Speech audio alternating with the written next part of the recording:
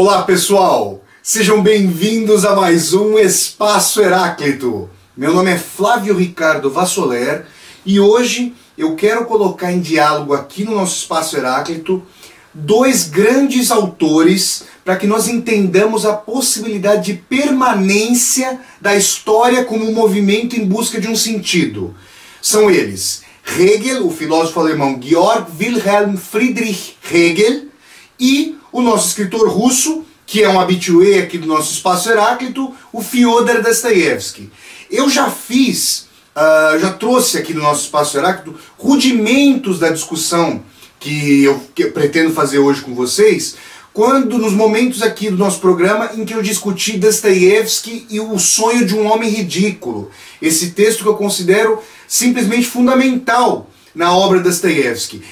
O sonho de um homem ridículo foi publicado aí no Brasil, se eu não me engano, agora se não houve outra publicação, mas eu me lembro de uma publicação do Sonho de um Homem Ridículo ao lado de um outro conto fundamental chamado Adócio, em um volume publicado pela editora 34, aí de São Paulo, chamado Duas Narrativas Fantásticas, justamente Adócio e O Sonho de um Homem Ridículo. A gente vai fazer uma discussão hoje sobre, não propriamente sobre o sonho de um homem ridículo, ou seja, eu não vou me centrar em O Sonho de um Homem Ridículo, porque eu quero trazer a vocês dois textos do Hegel, que são A Razão na História, uma introdução geral à filosofia da história. Aqui vocês têm o livro, que no Brasil foi publicado pela editora Centauro. Este livro, A Razão na História, é uma parte deste outro livro mais completo,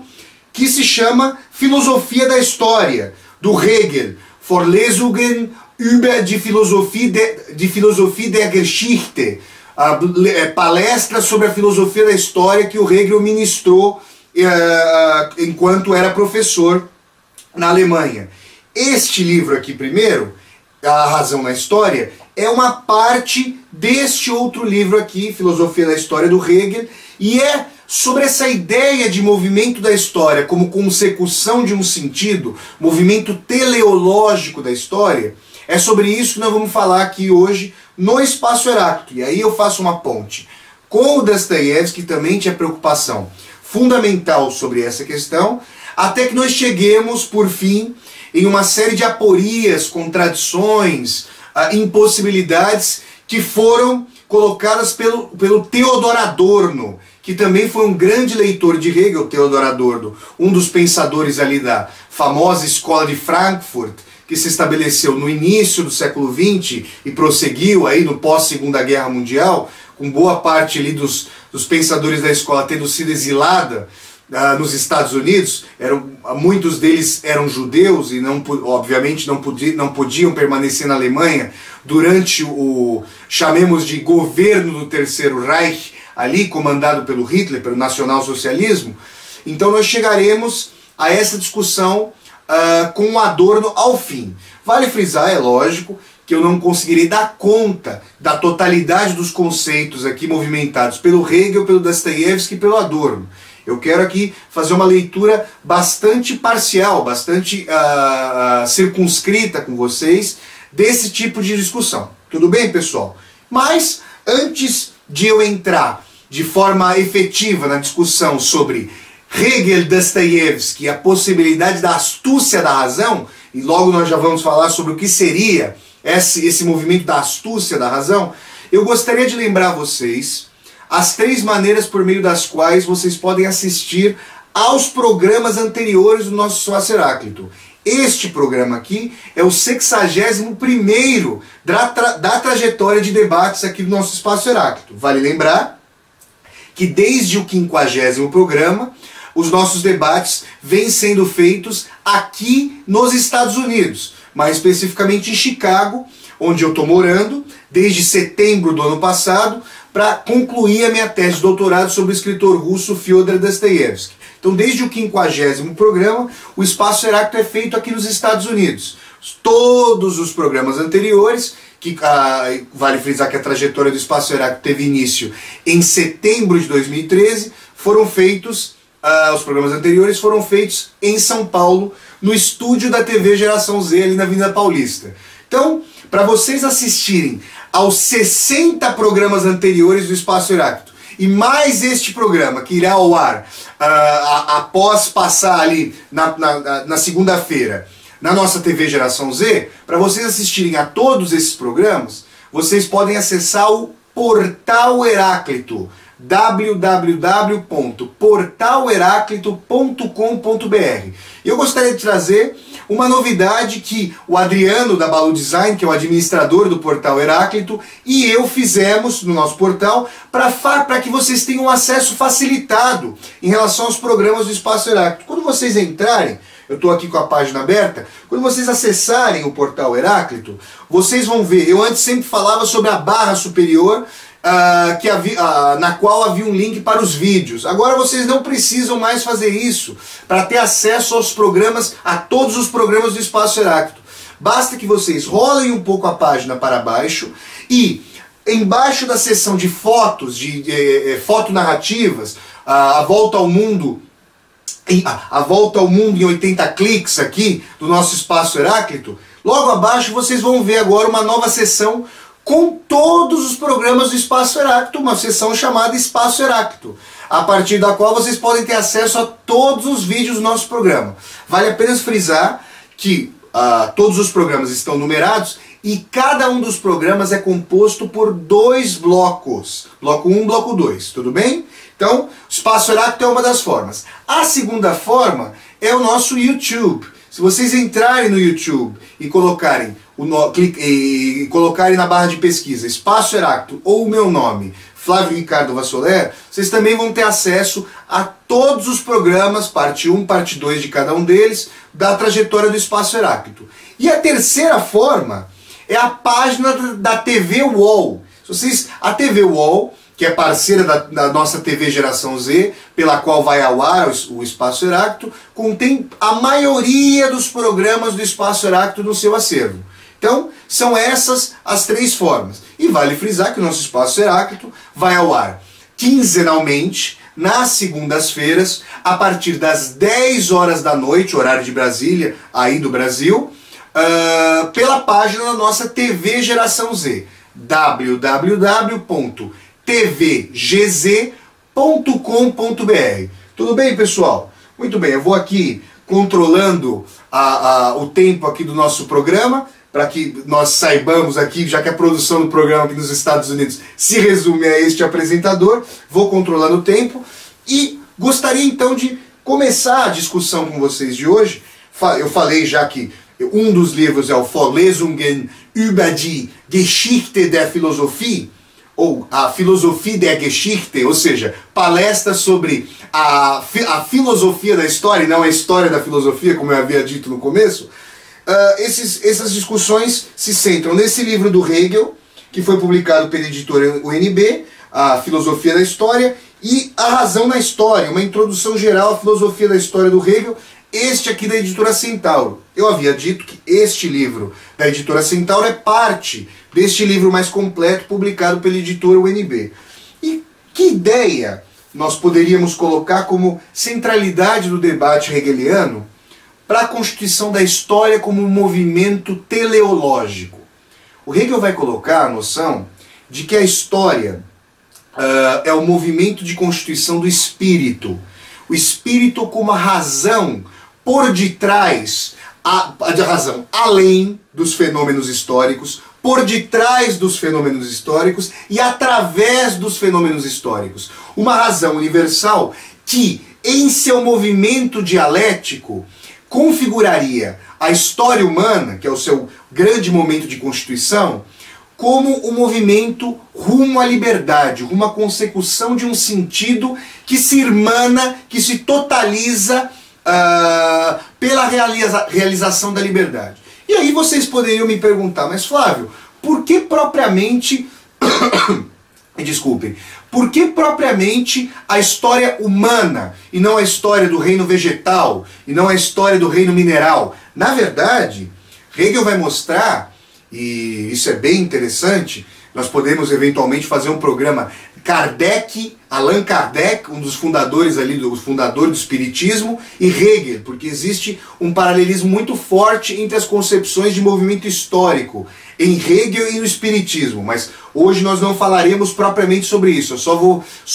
faço menção a esse ponto. Por quê? Porque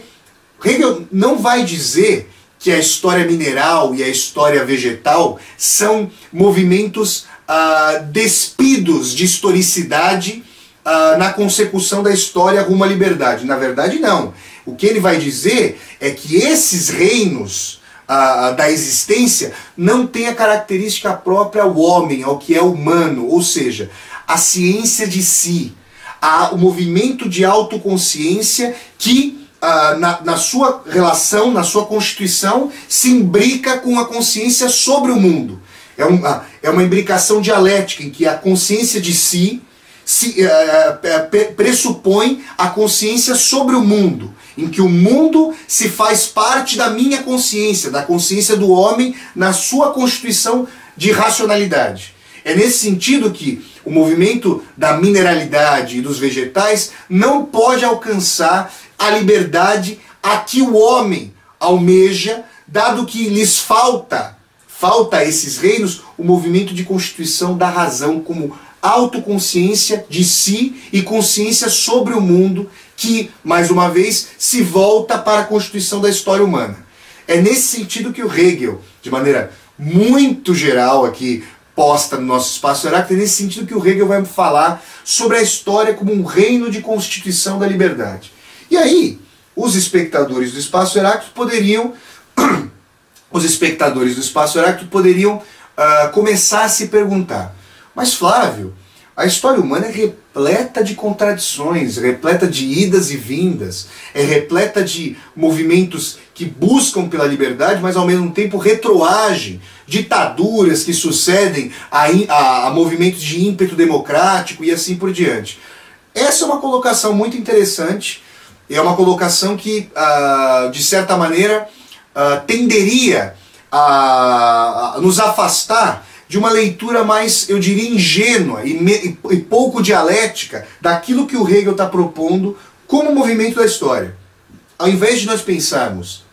em um movimento linear que congregaria, que consumaria esse ímpeto pela liberdade de maneira irrestrita, de maneira direta, aquilo sobre o que Hegel está falando é um movimento histórico encarniçado que muitas vezes, e essa é uma enorme dificuldade para nós aceitarmos a tese hegeliana, um dos aspectos da história, um dos aspectos desse movimento da razão universal que paira sobre o movimento da história e o atravessa, é que os choques e colisões da história que fazem com que esse processo rumo à liberdade vá se maturando, vá se cristalizando, para que possa se movimentar, vá lançando marcos e bases fundantes, para que possa se movimentar para além de suas conquistas prévias. Um dos aspectos da filosofia hegeliana da história é que as colisões da história, a morte de povos, os extermínios, as guerras e as batalhas, não se fazem em detrimento desse movimento racional. É como se esses choques se estabelecessem muitas vezes para que justamente esse movimento, essa lógica que preside a história se consolidasse. E é justamente isso que Hegel vai chamar de astúcia da razão. De tal maneira que a razão não se obscureça, que a razão não se diminua, que a razão não se furte a si mesma, enquanto o movimento da história, nas suas colisões efetivas e concretas, se realize como progresso otimista, como progresso rumo à liberdade. É claro que os espectadores do Espaço Heráclito, que conhecem a história, que gostam das discussões que se vinculam à história, que são que têm uma afinidade bem mais do que eletiva em relação ao materialismo histórico, teriam muita dificuldade em entender esse movimento racional da história para além, por exemplo, do navio negreiro, da tragédia, da barbaridade que foi a escravidão. Ou, para nós falarmos de um movimento fundamental do século XX, de uma ocorrência fundamental do século XX, e aí, já após o grande movimento do iluminismo, do qual Hegel, obviamente, é um grande representante, para nós falarmos do Holocausto na Segunda Guerra Mundial, dessa industrialização da morte, dessa aplicação de todas as categorias tecnológicas, de todas as categorias racionais e científicas para o extermínio de determinado povo, o povo judeu, não só os judeus, obviamente, foram aniquilados durante os campos, durante os experimentos humanos, as cobaias humanas, os nazistas os insumos humanos na Segunda Guerra Mundial, mas em sua maioria foram mortos judeus, russos, poloneses, testemunhas de Jeová, homossexuais, grupos dissidentes, ou seja, estamos falando sobretudo de comunistas, ali nos campos de concentração nazistas. Como é que nós poderíamos entender esse movimento de constituição da história rumo à liberdade quando nós falamos, por exemplo, sobre o extermínio de Auschwitz? Como é que a astúcia da razão poderia permanecer racional diante da mais completa desrazão de que a história humana já teve notícia? Porque nós estamos falando que o empreendimento do navio negreiro, essa barbaridade, contava com toda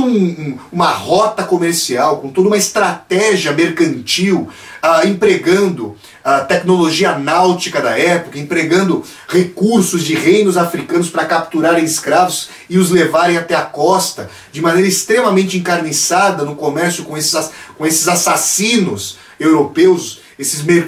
navios mercantes assassinos que levavam os escravos da África para as Américas. No caso, sobretudo no nosso caso, para a América do Sul, no Brasil.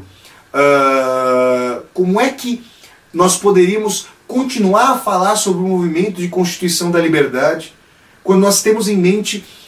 o extermínio desses povos, o extermínio desses seres humanos, desses grupos étnicos, religiosos, nacionais? Como é que a razão rumo à liberdade, a razão histórica rumo à liberdade, poderia se constituir com um sentido de progresso, lubrificando suas engrenagens com sangue humano? Como é que do sofrimento atroz, da desrazão máxima, nós chegaríamos a uma síntese racional da história como movimento em direção à liberdade? Essa é uma questão a qual o Hegel vai responder, e eu diria que a resposta hegeliana, com a astúcia da razão, justamente como eu coloquei a vocês, é uma resposta que nos incomoda profundamente, e nos incomoda dialeticamente, justamente pelo fato de o senso de igualdade, o senso de rebeldia, sobretudo, obviamente, em setores de esquerda da nossa sociedade, setores minoritários de esquerda da nossa sociedade, como nós vemos cada vez mais, e desde a queda da União Soviética, que foi o último grande movimento totalizante de esquerda, também atroz em enorme medida, mas o último grande movimento totalizante de esquerda, nós vemos que é difícil aceitar a noção de que o sofrimento de muitos deve perfazer uma totalidade para que um novo movimento da história seja fundado.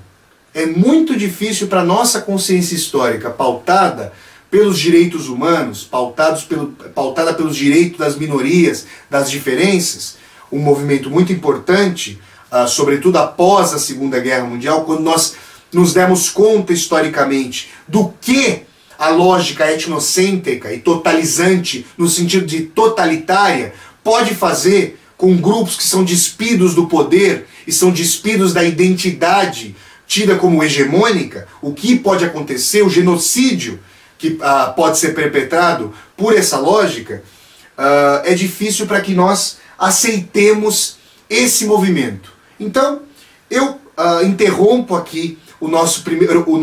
primeiro bloco do Espaço Heráclito para nós fazermos um rápido intervalo E na volta eu vou trazer, junto a essa discussão hegeliana, a questão de Dostoiévski e, por fim, o nosso bom e velho Theodor Adorno, para nós arrematarmos a discussão entre Hegel, Dostoiévski e a astúcia da razão neste 61º Espaço Heráclito feito aqui nos Estados Unidos. Então nós vamos fazer um rápido intervalo agora e voltamos na sequência, pessoal. Até já!